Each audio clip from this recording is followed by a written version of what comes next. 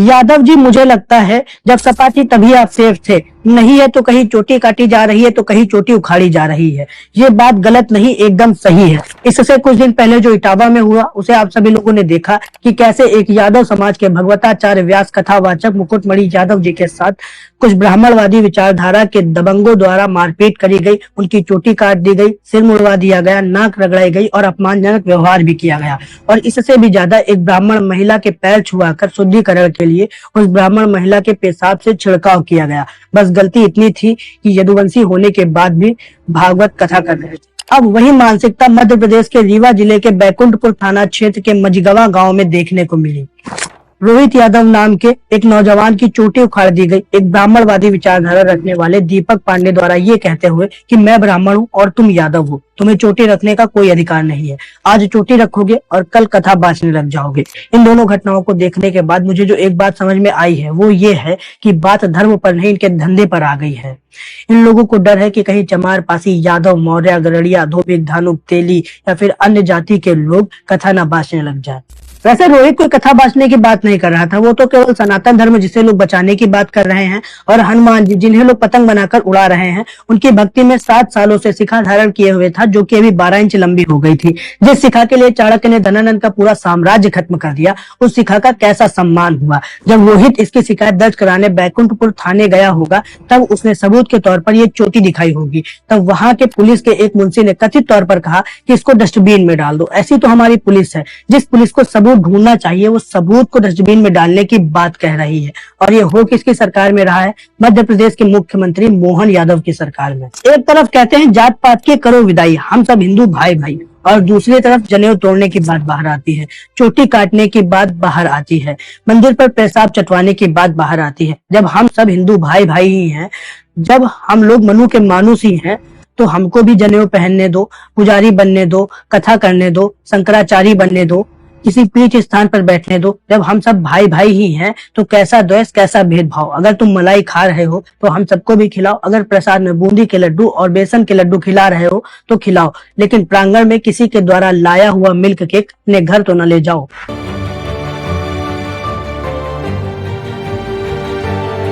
सभी साथियों को मेरा जय भीम, जय भारत, जय संविधान।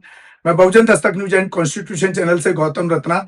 साथियों, एक 14 साल के बच्चे पर जो लखनऊ का रहने वाला है और वो बहुजन महापुरुषों पर वीडियोस बनाता है और बहुत पढ़ाई करके क्रांतिकारी उसके वीडियो होते हैं, क्रांतिकारी विचार होते हैं, पूरे देश के युवाओं को, देश के लोगों को, वंचितों को बदलने के लिए, अंधविश्वास पाखंड से निकालने के लिए, उसके ऊपर ये योगी और मोदी सरकार ने एफआईआर कर दिया। तो सोचिए, एक नाबालिग बच्चा है, जहां रेप पीड़िताओं पर एफआईआर नहीं होती है, जातिवादी हत्याओं पर एफआईआर नहीं होती है, उसके लिए बड़ा संघर्ष करना पड़ता है, कई हजार लोग जाते हैं तब जाकर के उसमें एक एफआईआर होती है। और एक बच्चा जो देश के लोगों को अंधविश्वास पाखंड से निकालना चाहता है, उस पर काम कर रहा है, अपने बहुजन महापुरुषों पर वीडियो बनाता है। और कई वीडियो उसके ऐसे भी हैं जिसमें वो यूपी सरकार की जो काम है उनकी तारीफ भी कर रहा है। तो देखिए, ये लोग कितना किस तरह से मनुस्मृति के खिलाफ जो भी आदमी बात करेगा, जो इनके ग्रंथ हैं, जो जहां पे पूरा पाखंड लिखा है उसके खिलाफ बात करेगा, उसको जेल भेजने का काम ये सरकार कर रही है। तो मैं उसके कुछ वीडियोस भी आपको दिखा रहा हूं अपनी वीडियोस के अंदर, वो भी आप देखने का काम करें। और ये बहुत ही दुखद है और हम सरकार से अपील, अपने चैनल के माध्यम से अपील करते हैं कि उसके खिलाफ जो एफआईआर है वापस लेनी चाहिए, बल्कि उल्टा ऐसे बच्चों को, ऐसे युवाओं को, ऐसे टीनेजर एज के बच्चों को सरकार को प्रोत्साहित करना चाहिए, इनाम देना चाहिए। उस इनाम के बदले देखिए उसको किस तरह से जेल भेजने की तैयारी सरकार कर रही है। तो बहुत ही निंदनीय है। हम योगी और मोदी पूरे केंद्र की सरकार की निंदा करते हैं, क्योंकि जहां जहां पर भाजपा की सरकार है वहां वहां पर बहुजन समाज और महिलाओं पर एक बड़ा उत्पीड़न होता है। उस पर यह सरकार आंख और कान, नाक सब बंद करके बैठी रहती है। उस पर काम करने की जरूरत है। और हम धन्यवाद करते हैं उस समामीत गौतम बच्चे को कि वो हारा नहीं और अभी भी उसके अपडेट आ रहे हैं। तो मतलब बहुत ही धन्यवाद का पात्र है वो बच्चा, जो इतना अध्ययन करके और समाज को जागरूक करने का काम कर रहा है। मुझे लगता है बीजेपी केवल अब एक राजनीतिक पार्टी ही नहीं, एक इंस्टीट्यूशन भी है जिसमें एक से बढ़कर एक गधे मैन्युफैक्चर होते हैं और उनको पढ़ाने के लिए आरएसएस से टीचर नियुक्त होकर आते हैं, जो कि उनको विज्ञान, गणित, तर्कशास्त्र, राजनीति शास्त्र या समाज शास्त्र न पढ़ाकर केवल हिंदू मुस्लिम मतभेद के बारे में पढ़ाते हैं। जब बीजेपी एक इंस्टीट्यूशन है तो एग्जाम भी होते हैं और अभी बिहार में चल रहे हैं एग्जाम। अलीनगर की सीट पर बैठी है मैथिली ठाकुर और आज मैथिली ठाकुर का वाइवा है। एग्जामिनर ने मैथिली ठाकुर से हिंदू मुस्लिम से हटके बिहार के विकास के ब्लूप्रिंट के बारे में पूछ लिया है। जैसा कि मैथिली ठाकुर के लिए ये एक आउट ऑफ सिलेबस सवाल है, तो उनके सामने दो ऑप्शन है। पहला ये कि वो इस सवाल को स्किप ही कर दे और दूसरा ये कि कोई उल्टा सीधा जवाब दे दे। जैसा कि मैथिली ठाकुर ने अपने सीनियर्स को गोरखपुर की तुलना स्पेन से करते हुए देखा है और डांट खाते हुए भी देखा है, तो मैथिली ठाकुर ने इस सवाल को स्किप करना ही सही समझा और कहा कि कैमरे के सामने ब्लूप्रिंट कैसे दिखा दे, ये तो निजी चीज होती है ना। ब्लूप्रिंट क्या है? ब्लूप्रिंट में आपको कैमरे पे अभी कैसे बताऊं, ये तो बहुत ही निजी चीज है और मैं इस पे प्लान कर रही हूँ पूरा। ये तो पॉलिसी की बात है ना कि आप what do you have to offer to your. Already हर एक चीज हर एक जगह पब्लिश्ड है।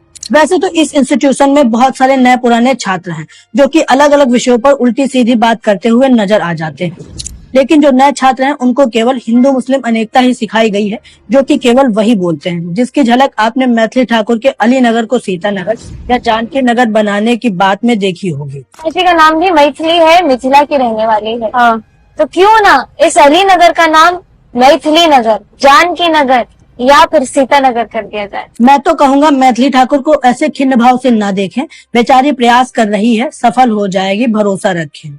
ये मात्र एक ऐसा इंस्टीट्यूशन है जिसमें पुराने छात्र प्रोफेसर बन चुके हैं, लेकिन उनका भी क्या ही किया जा सकता है जब उनकी डिग्री ही फर्जी निकल गई। मुझे आशा है कि मैथिली ठाकुर भी जल्द ही प्रोफेसर बन जाएंगी और क्लास में गौमूत्र पीने से लाखों बीमारियां खत्म हो जाती हैं और गंगा जल से कोरोना खत्म हो जाता है, ऐसी बातें पढ़ाया करेंगी। हम इनसे ऐसी ही बातें एक्सपेक्ट कर सकते हैं, क्योंकि इस इंस्टीट्यूशन से पढ़े किसी भी छात्र ने शिक्षा, रोजगार या अस्पताल की बात नहीं करी है, तो ये कैसे कर सकती है।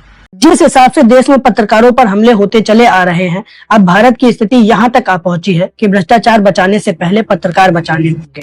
वैसे पहले कभी ये उम्मीद नहीं की गई होगी कि लोकतंत्र के चौथे स्तंभ पर ऐसी स्थिति आ पहुंचेगी, लेकिन हम सब भूल जाते हैं, मोदी है तो सब कुछ मुमकिन है। 2025 की फ्री स्पीच कलेक्टिव की रिपोर्ट बताती है कि देश भर में कुल 14,875 मामले पत्रकार उत्पीड़न के दर्ज हुए, 8 से 9 पत्रकारों की हत्याएं हुई और 33 पत्रकारों पर सीधा मामले दर्ज किए गए।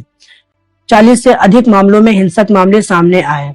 मैं तो कहूंगा ये फ्री स्पीच कलेक्टिव की रिपोर्ट नहीं है, ये लोकतंत्र के पोस्टमार्टम की रिपोर्ट है। आज पत्रकारों द्वारा जरा से भी तीखे सवाल पूछ लेने के बाद या फिर किसी मामले को एक्सपोज कर देने के बाद मुझे क्या आप सभी लोगों को भी लगता होगा पत्रकार अभी जिंदा होगा या फिर नहीं।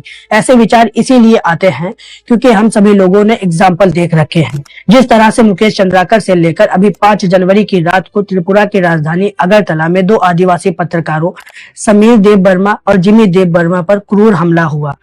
ये बातें बताती हैं कि पत्रकार और फ्री स्पीच कितनी असुरक्षित हो चुकी है देश में।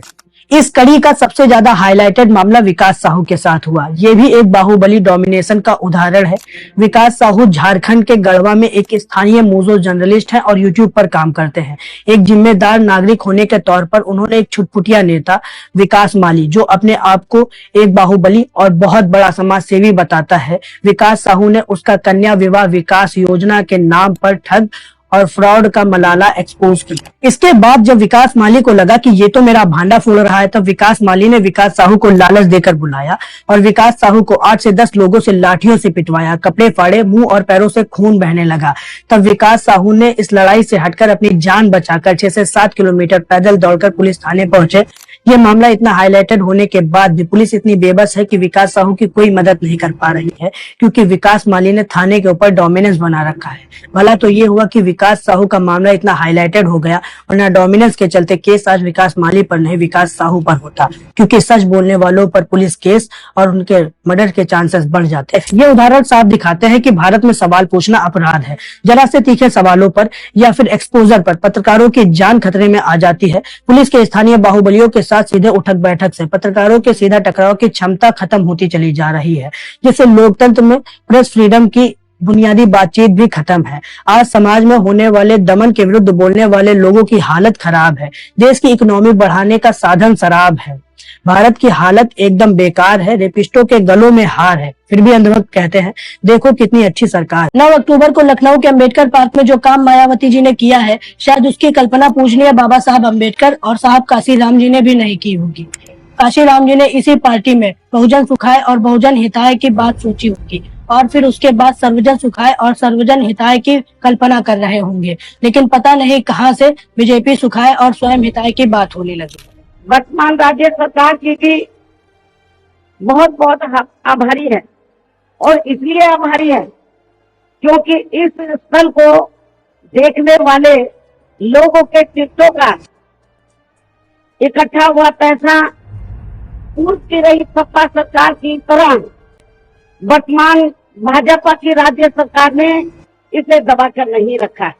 आप कल्पना कीजिए, जब 1977 को रात 9 बजे मायावती जी के पास काशीराम जी गए थे मायावती जी को मुख्यमंत्री बनाने के लिए, तब उन्होंने कभी भी अपने निजी रिश्तों या परिवारवाद की बात नहीं सोची थी। काशीराम जी के दिमाग में बस एक मिशन था कि कभी भी किसी भी दबे कुचले दलित पिछड़े आदिवासी पर अत्याचार न हो और कभी भी कोई दलित किसी का चमचा न बने। इसीलिए उन्होंने ये किताब लिखी, चमचा युग। इस किताब में उन्होंने जो लोग किसी की फालतू में चापलूसी करते हैं उन्हें चमचा, पिट्ठू, दलाल और औजार कहा था और अभी अपने धन संपत्ति बचाने के लिए और अपने भतीजे को पद दिलवाने के लिए मायावती जी अपने फलते फूलते समाज को छोड़कर चमचागिरी करने के लिए तैयार है। जब 14 अप्रैल 1984 को काशीराम जी ने Republican party of India RPI से अलग होकर बीएसपी मतलब कि बहुजन समाज पार्टी बनाई थी, तब उन्होंने किसी हकदार को गद्दी देने पर विचार किया था, न कि स्वयं या किसी अपने के लिए गद्दी सुनिश्चित की थी। तो फिर क्यों आज मायावती जी परिवारवाद पर उतर आई हैं? काशीराम जी का एक सपना था कि कोई भी कहीं से भी, भले ही वो झोपड़ी में रह रहा हो, लेकिन वो राजा बनने का सपना देख सकता है। ये बात काशीराम जी ने आपके लिए कही थी। आप ये जो मेरी वीडियो देख रहे हो,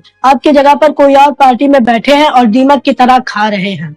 मैं तो कहता हूं उनके पूर्व कामों की खूब तारीफ करो, मैं भी उनका खूब सम्मान करता हूं, लेकिन योगदान के नीचे दबकर मत मरो। आप पढ़े लिखे हो, चापलूसी छोड़कर उनके कामों का विश्लेषण करो, विवेचना करो और अपने लीडर पर कातर नजर बनाए रखो। जैसे ही वो कोई गलत काम करे उन्हें आगाह। तो मैं आप सभी लोगों को चलते चलते बता देता हूँ, मैंने खरीदी है 2 किताबें। पहला है भारतीय संविधान, भारत का संविधान, कॉन्स्टिट्यूशन ऑफ इंडिया, और ये जात पात का विनाश, बाबा साहब भीमराव अम्बेडकर जी ने लिखी है। ये संविधान तो मैंने थोड़ा पढ़ रखा है क्योंकि मेरे घर में 2 संविधान रखे हुए हैं, इसीलिए मैंने थोड़ी धाराएं वगैरह पढ़ी हैं, जिसका रेफरेंस आप सभी लोगों ने मेरी वीडियो में देखा होगा। और ये वाला संविधान मैंने इसलिए खरीदा ना क्योंकि आज मैं जिस पॉलिटिशियन के पास देख रहा हूँ, जिस कमेडियन के पास देख रहा हूँ, ये वाला फ्रेमवर्क है, तो मैंने भी सोचा खरीद लूं। और मैंने ये रेफरेंस लिया है, राहुल गांधी जी ने पार्लियामेंट में दिखाया था ये वाला संविधान, और कुणाल कामरा ने अपनी स्टैंड अप कॉमेडी में दिखाया था कि मेरे पास ये फ्रेमवर्क है, जिसको जो भी प्रॉब्लम हो वो मेरे ऊपर केस करे, मैं इसी के थ्रू उसको जवाब दूंगा। तो ये दोनों किताबें हैं, ये दोनों जब मैं किताबें पढ़ूंगा आप लोगों को इसका जो प्रभाव होगा वो मेरी वीडियोज में देखने को मिलेगा, मेरी बातचीत में देखने को मिलेगा और मेरे दोस्तों में भी देखने को मिलेगा, क्योंकि जब मैं पढ़ूंगा अपने दोस्तों को ज्ञान दूंगा। और साथियों, इसी के साथ मैं आपसे विदा लेता हूं। जय भीम, जय भारत, जय संविधान। आप हमारे दोनों ही channel Bahujan Dastak news and constitution को ज्यादा से ज्यादा देखें, शेयर करें, सब्सक्राइब करें और हमारे चैनल, हमारे फेसबुक, इंस्टाग्राम, ट्विटर पेज को भी फॉलो करें और हो सके तो एक आर्थिक चैनल को भी सहयोग करें। धन्यवाद साथियों। जय भीम, जय भारत, जय संविधान, नमो बुद्धाय। हमारे चैनल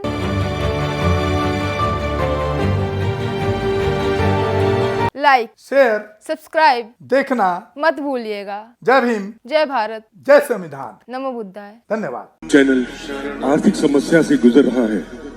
अगर आप बहुजन समाज में बाबा साहेब अम्बेडकर और तथागत बुद्ध की विचारधारा को अधिक से अधिक लोगों तक पहुंचाना चाहते हैं तो हमें आर्थिक सहयोग प्रदान करें, ताकि हम अपने चैनल के माध्यम से देश विदेश में समता, बंधुता, एकता और संवैधानिक अधिकारों को ज्यादा से ज्यादा लोगों तक पहुंचा सकें। आप अपनी सहायता राशि नीचे लिखे खाते में जमा करा सकते हैं। खाता धारक गौतम रत्ना, खाता संख्या 316957686551, IFSC कोड SBIN 0060336, बैंक भारतीय स्टेट बैंक। आप हमारे बैंक खाते का विवरण स्क्रीन पर भी देख सकते हैं। जय भीम, जय भीम। मैं गौतम रत्ना गौतम फिल्म्स प्रोडक्शन में आपका स्वागत करता हूं। आप हमारे प्रोडक्शन हाउस के अंदर अपना कैरियर बना सकते हैं as a film director, as a producer and actor and actress and editor and cinematographer also.